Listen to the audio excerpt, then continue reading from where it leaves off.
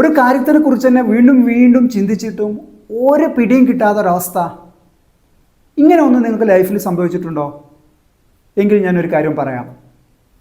ഞാൻ ഹാബിറ്റ് പാലയിൽ നല്ല മഴയുള്ള സമയത്ത് നല്ല ചെളിയിൽ പൂണ്ട ഒരു വണ്ടിയെക്കുറിച്ച് നിങ്ങളൊന്ന് ആലോചിച്ച് നോക്കൂ.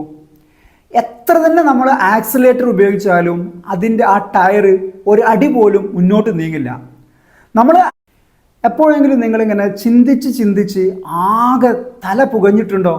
ഒരു കാര്യത്തിനെ കുറിച്ച് തന്നെ വീണ്ടും വീണ്ടും ചിന്തിച്ചിട്ടും ഒരു പിടിയും കിട്ടാത്തൊരവസ്ഥ.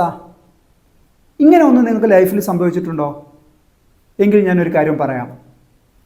ഞാൻ ഹാബിറ്റ് പാലയിൽ നല്ല മഴയുള്ള സമയത്ത് നല്ല ചെളിയിൽ പൂണ്ട ഒരു വണ്ടിയെക്കുറിച്ച് നിങ്ങളൊന്ന് ആലോചിച്ച് നോക്കൂ. എത്ര തന്നെ നമ്മൾ ആക്സിലേറ്റർ ഉപയോഗിച്ചാലും അതിൻ്റെ ആ ടയർ ഒരു അടി പോലും മുന്നോട്ട് നീങ്ങില്ല. നമ്മൾ ആക്സിലേറ്റർ ഉപയോഗിക്കും തോറും അതിൽ നിന്ന് ചെളികളൊക്കെ ഇങ്ങനെ പുറത്തേക്ക് വരാൻ തുടങ്ങും. എന്നാലും ടയർ ഒരടി പോലും മുന്നോട്ട് പോവാത്തൊരവസ്ഥ. നമ്മുടെ പല ചിന്തകളും ഈ ചെളിയിൽ പൂണ്ടിരിക്കുന്ന ടയർ പോലെയാണ്. എന്തുകൊണ്ടാണ് എനിക്കിങ്ങനെ സംഭവിച്ചത്, അല്ലെങ്കിൽ അവരെന്തുകൊണ്ടാണ് എന്നോട് ഇങ്ങനെ ബിഹേവ് ചെയ്തത് എന്നൊക്കെ നമ്മളിങ്ങനെ തുടർച്ചയായിട്ട് നമ്മളിങ്ങനെ ചിന്തിച്ചു കൊണ്ടിരിക്കും തോറും നമ്മുടെ ആ പ്രശ്നത്തിൻ്റെ ആഴത്തിലേക്ക് പോവുകയും നമുക്കത് വീണ്ടും കൂടുതൽ പ്രശ്നങ്ങൾ ഉണ്ടാക്കുകയും ചെയ്യും എന്നുള്ളതാണ്. നമുക്ക് സമാധാനം വേണമെങ്കിൽ ചിന്തകളിലുള്ള ഒരു വ്യത്യാസം നമ്മൾ തിരിച്ചറിയണം. നമ്മുടെ ഒരു പ്രശ്നത്തിനുള്ള പരിഹാരമാണ് നമ്മൾ ചിന്തിക്കുന്നതെങ്കിൽ നമുക്കതിൽ സൊല്യൂഷൻ കണ്ടെത്താൻ പറ്റും.